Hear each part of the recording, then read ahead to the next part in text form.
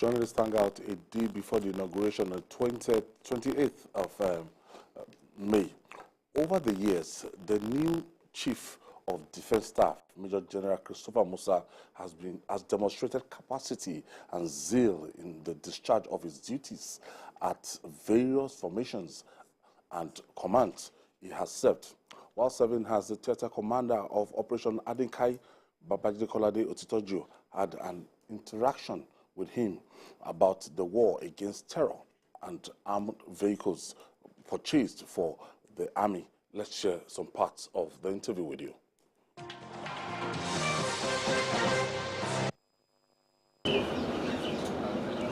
For me, first and foremost, I would rather have a good fighting force.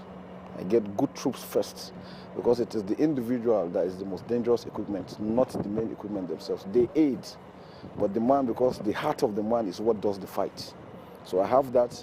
These equipments we have can give us what we need. We don't need those other Abraham tanks and whatever. With this and with the troops we're having now, we're good to go. For the months since they came into command, we've not had any dislocation of any location, any of our locations. Why? Because the troops have seen the sincerity of purpose.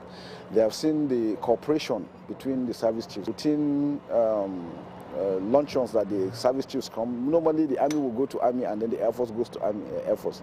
But this time around, the air force and the army came to the army, and we finished and went to the air force. So you can see now, whatever it is that we're doing, we now understand, and that's why it is Operation Adinkai. Operation Adinkai means we need everybody. There is no one service, there is no one parastatal that can do this alone. We need everybody, including the locals, that everybody has a part to play for us to succeed, and that's why we're having the success. So it's really very good. We fight together, we move in together, we discuss for whatever it is we want to do, so that everybody is in the know what part is supposed to play. And I think that's making the difference now. Troops have seen that things have changed. Now this equipment they've been looking for are readily available, and they can see them. It's not hearsay that we are buying and you have been waiting for years, waiting for them to come. They're already here.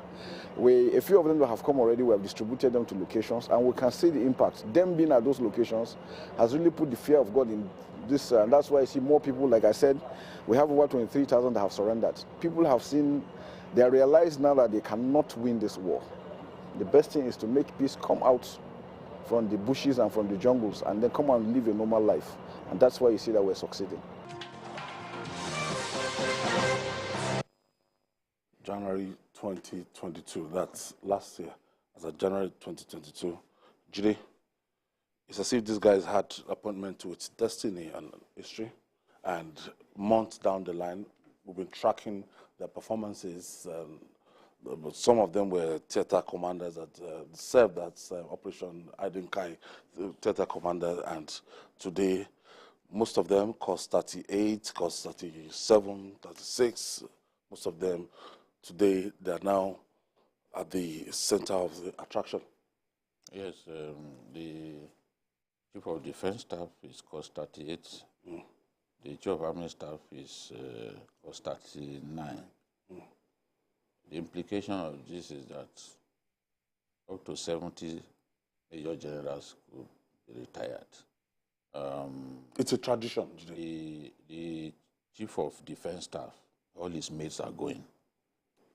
Normal tradition. The Chief of Army Staff can keep some of his colleagues, can keep some of them that he trusts that they will help him do a good But some guys have cost 38. yes, no. Listen to me. Cost 39 is the Chief of Army Staff. Okay. Cost 38 is the Chief of of Defense Staff. All those ones are going, except the Chief of Defense Staff. Wow.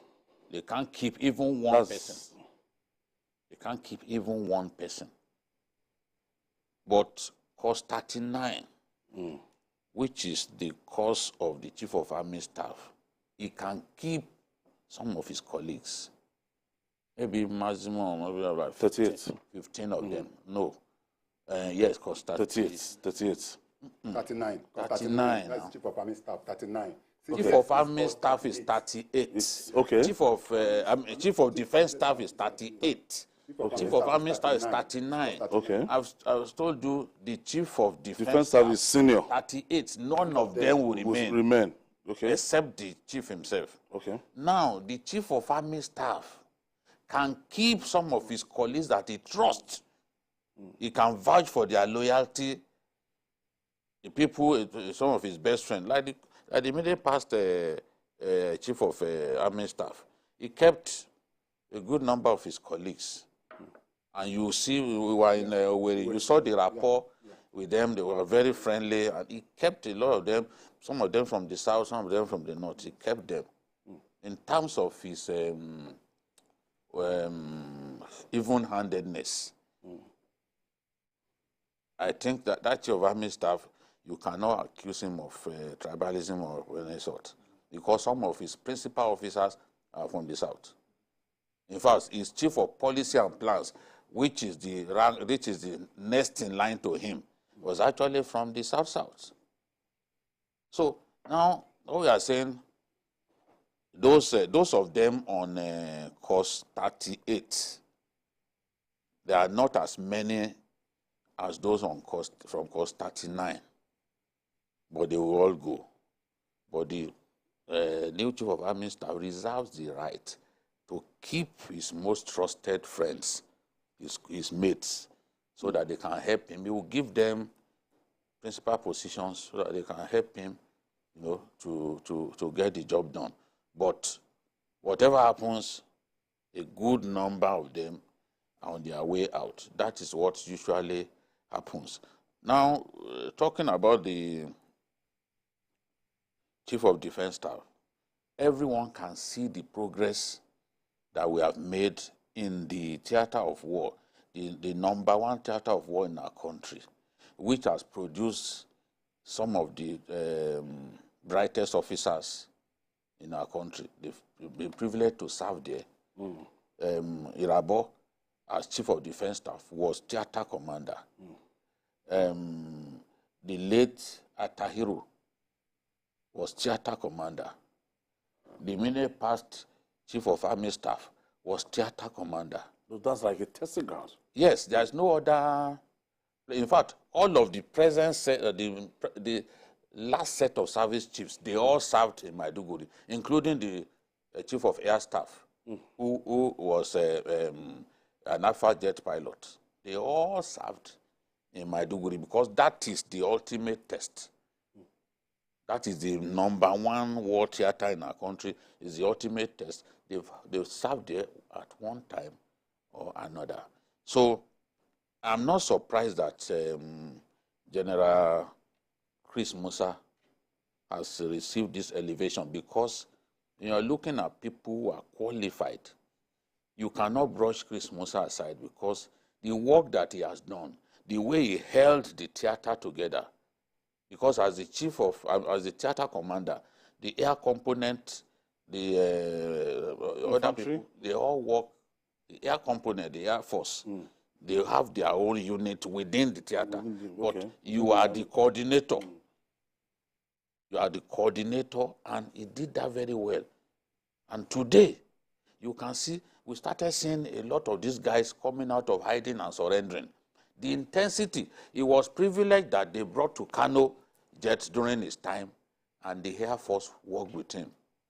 They worked with him, and we secured the kind of breakthroughs that we needed in the war. We secured it. So I'm not happy. I'm not surprised that they elevated him, not just to head the infantry corps, but to eventually make him the Chief of Defense Staff. The rallying point. Again, it took President Bola Tinubu like over 3 weeks. It took his time, because during his inauguration and everything, it was the Chief of Defense Staff, Rabo, that was, coordinated that inauguration and everything. So the military is not something you can just dabble into, and it took him time, it took his time, and yesterday, I think, made the 4th week of this administration to announce this new set of military shifts. Well, what President Bola Tinubu is doing is showing Nigerians a man that was prepared for the job. They don't think that whatever decision he's taking now is just a decision he has taken is just within 3 weeks. Immediately he won the election, he already knows the direction he's going. And he has a master plan of what he wants to do. He knows what he's going to do. At the right time, he's going to do it without necessarily rocking the boat. Look at some of the action he has taken. The suspension of the CBN governor.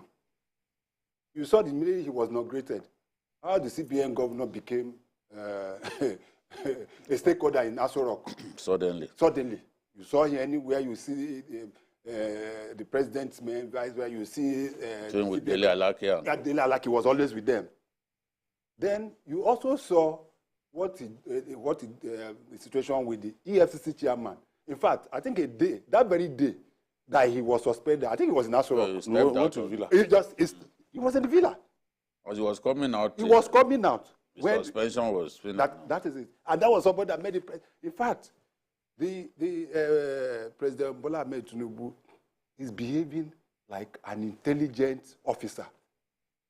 That is how the way he has been behaving. Because you cannot read his face. It's obvious, even when you are meeting him. And that is an experience he has garnered from army chiefs and the service chiefs. So, just back to what he said. So, he is prepared. And don't be surprised by what is going to happen again. But, now talking about the appointment of the service chief, just as Jide rightly said, COAS 39 are the classmates of the current Chief of Army Staff. And they cut across board, both the Navy, the Air Force. So that three. So the new Chief of Army Staff, the new Chief of Naval Staff, the new Chief of Air Staff are classmates of the Chief of Army. So they're within that rank. What is that means is that anybody that is above that, which I want to believe that the former Chief of Air Staff, Army Staff could have been, I don't know, because those that are within their classmates that are still remaining in the Army now definitely are going to go with the ones that have been asked to go. I won't say they were sacked because most of them, their tenure has finished. So definitely they are just marking time. But another interesting part of it for me is the way the president has been able to balance his appointment of security chiefs. It has never been like this since 2015. If you look at the spread, the Chief of Army Staff is from Osun, Southwest. The Chief of Defense Staff is from Kaduna, Northwest. Chief of Air Staff is from Kano, yes, Northwest. Chief of Naval Staff is from Enugu, Southeast. The NSA is from Adama, Northeast. What has happened here is that you can see that the spread.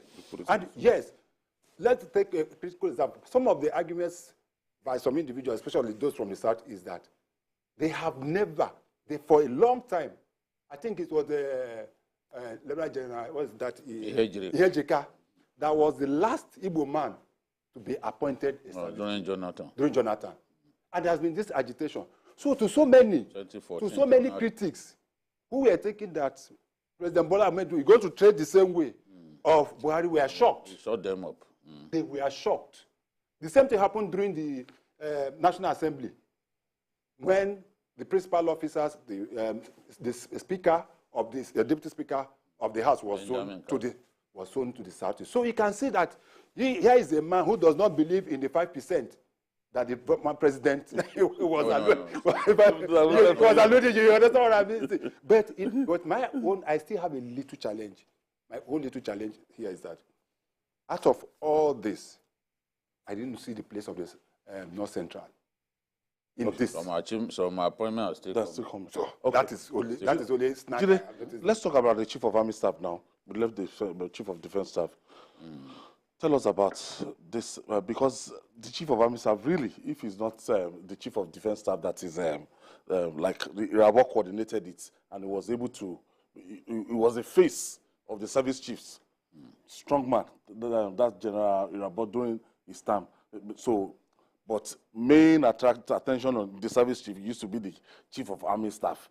And who is this individual? General Taoreed Lagbaja is in my view, the most courageous officer in the army today. I have no doubt at all in my mind that when you are talking about courage, fearlessness, Lagbaja is somebody that comes to mind, because this is an officer who joins the troops on the battlefield. He is not going to send you out and wait for you to bring stories. That's not Lagbaja. Lagbaja, we do is operations briefing on Monday. After the operations briefing, is going into the bush. He will come back on Sunday. He is coming back on Sunday is for him to be able to present the briefing for Monday. There are days when he will not even show up at all on Mondays for briefing. He's in the bush. Lagbaja will enter inside Brenengwari to chase the bandits and come out at the Abuja Kaduna Expressway end. That's the new Chief of Army Staff? That's him in front wearing, this is the way he dresses with the boys. He will wear his t-shirt, he's going into the bush with them. Ask anybody in the army. That was why his appointment elicited jubilation across all the places where he has served. He served as a GOC, 82 Division. Enugu. Yeah, Enugu. He was the one who made it possible for that election to take place, governorship election. He promised that that election will be held, there will be peace, and because he's in charge of the whole area. Yeah. And he delivered. Then in Kaduna, he told his staff, look, I want to be sending people. So it's always leading like this? Yes. Going to battle? He will go. I said he will stay in the bush for days. This is an unusual kind of officer. He will stay in the bush with them. When those boys were killed, what was it called? Killed gas brigade men, and the other day. Okay. They paid with their lives because Lagbaja ensured that, look, they suffered for what they did. This is how he deployed this. You can see the troops. He deployed them on the highway just for us to have. When was the last time you heard about kidnapping on the Kaduna-Abuja highway? That's what Lagbaja has done. And as Chief of Operations of the Army, he has focused on those areas where we have issues, and is doing his best. Especially this Brenengwari. Not many people can go to Brenengwari before now. Then when he was in Enugu, of course, he dealt with the unknown government. When you look at some of the states of the Southeast, you see that Enugu is relatively peaceful. You can't compare Enugu with Abia or Anambra. It's part of what he has done.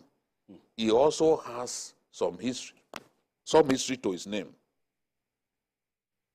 Having the privilege of serving as GOC in 2 different divisions, having the privilege of serving as a commanding officer in 2 different battalions, they always find him useful to send him. You can imagine somebody went abroad, he went on study leave abroad. By the time he came back, they sent him back to 72 Battalion in Makurdi, where the place that he left originally. He also combined his position as GOC with as head of the Operation Wild Stroke. So he was wearing 2 berets, 1 person. There is no officer like General Lagbaja in the army today. And what has convinced me that Asiwaju knows what he's doing is the appointment of this man. Because he clearly listened to people. Look, we will get to some of the other guys. A lot of them, they didn't know anybody, no lobbying. Asiwaju must have listened to different people. You know, on this program, I mentioned him, the one we showed earlier. Yes, I mentioned earlier. him and, other people too. On the 28th. Must have told the commander-in-chief that in the army today, the officer that commands tremendous respect across board because of his capacity and capability as an operations person is Lagbaja. Okay. And what Asiwaju wants is results. So he has brought a field general a commander of commanders, to be his chief of army staff. I've never met him physically, one-to-one. If I see him in town, I may not recognize him. But just the same way I used to praise General Adeosun, yes, for all that he did in 2014 in Borno State, is the same way I can talk about this person, perhaps even on a much bigger scale. All right.